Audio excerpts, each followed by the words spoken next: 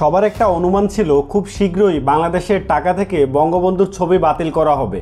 অবশেষে টাকা থেকে বাদ দেওয়া হচ্ছে বঙ্গবন্ধুর ছবি। কিছুদিন আগে নতুন গভর্নরকে প্রশ্ন করা হয়েছিল যে বাংলাদেশের টাকা থেকে কবে বঙ্গবন্ধুর ছবি বাদ দেওয়া হবে। তখন বাংলাদেশ ব্যাংকের গভর্নর জানিয়েছিল বঙ্গবন্ধুর ছবি বাদ দেওয়া ও নতুন গভর্নরের সই করা নোট শীঘ্রই আসবে কিনা, যখন টাকশালের নোট বানানোর প্রয়োজন হবে তখনই নোট ছাপানো হবে এবং সই করা হবে। তার মানে তখন থেকে সকলের ধারণা হচ্ছিল যে খুব দ্রুতই বাংলাদেশের টাকা থেকে বঙ্গবন্ধুর ছবি বাদ দেওয়া হবে। 1996 সালে আওয়ামী লীগ ক্ষমতায় এসে বঙ্গবন্ধুর ছবিযুক্ত 10 ও 500 টাকার নোট প্রথম ছাপে। এরপর 2009 সালে ক্ষমতায় আসার পর বঙ্গবন্ধুর ছবি সম্বলিত 1, 2 ও 5 টাকার কয়েন চালু করে শেখ হাসিনার নেতৃত্বাধীন আওয়ামী লীগ সরকার। এরপর সরকারের নির্দেশ অনুযায়ী সব কাগজের নোটে বঙ্গবন্ধুর ছবি ছাপানোর প্রক্রিয়া শুরু করে বাংলাদেশ ব্যাংক। 5 আগস্ট আওয়ামী লীগ সরকার পতনের পর নতুন অর্থ উপদেষ্টা সেপ্টেম্বরের 2 তারিখে জানিয়েছে 5 টাকা, 10 টাকা এবং 20 টাকার নোট পরিবর্তন হবে। অর্থাৎ আগের বঙ্গবন্ধুর ছবি সম্বলিত যে নোটটা ছিল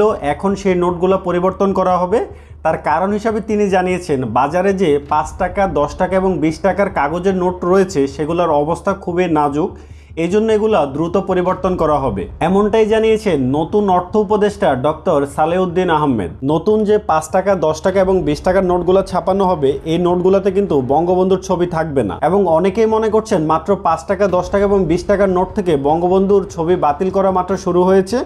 আস্তে আস্তে যে বাকি যে নোটগুলো রয়েছে যেমন আপনার 50 টাকা, 100 টাকা, 200 টাকা বা 500 টাকা এবং 1000 টাকার নোটগুলোতেও কিন্তু বঙ্গবন্ধুর ছবি আস্তে আস্তে বাতিল করা হবে। এছাড়া অর্থ উপদেষ্টা জানিয়েছেন চলতি বা আগামী মাসে বাজেট রিভাইজড এবং পূর্ণ বিবেচনা করা হতে পারে। সুতরাং বর্তমানের নোটগুলা থেকে যদি বঙ্গবন্ধুর ছবি বাতিল করে দেওয়া হয় তার মানে আমরা আমাদের সেই আগের পুরাতন যে নোটগুলা ছিল সেই নোটগুলো আমরা আবার দেখতে যাচ্ছি।